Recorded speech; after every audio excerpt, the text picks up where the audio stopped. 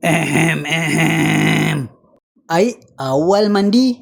Nak ke mana tu? Dah sampai Gunung Gerai. Nampak tak tu? Tu. Sembok je Gunung Gerai.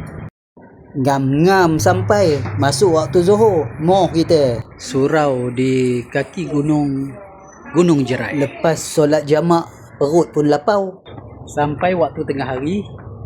So nak cari kedai makan. Mudah-mudahan ada kedai makan yang betul-betul membuka selera. Percayalah kat atas ni, tengok macam mana. Van ni adalah pengangkutan utama untuk membawa pelancong ke puncak Gunung Gerai. Ini adalah senarai aktiviti yang ada di puncak Gunung Gerai. Ui, meriah juga nampak tu.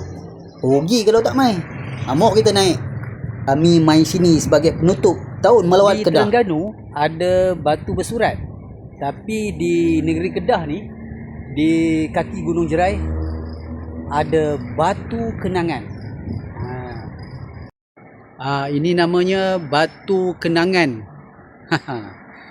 Kita zoom sikit. Tu dia. Kalau tak dan baca, hampa kena main. Alhamdulillah hari ini sampai juga ke kaki Gunung Gerai. Kedah dah ramai. Hampa percaya tak? Ada lagi orang Kedah yang belum sampai Gunung Gerai ni.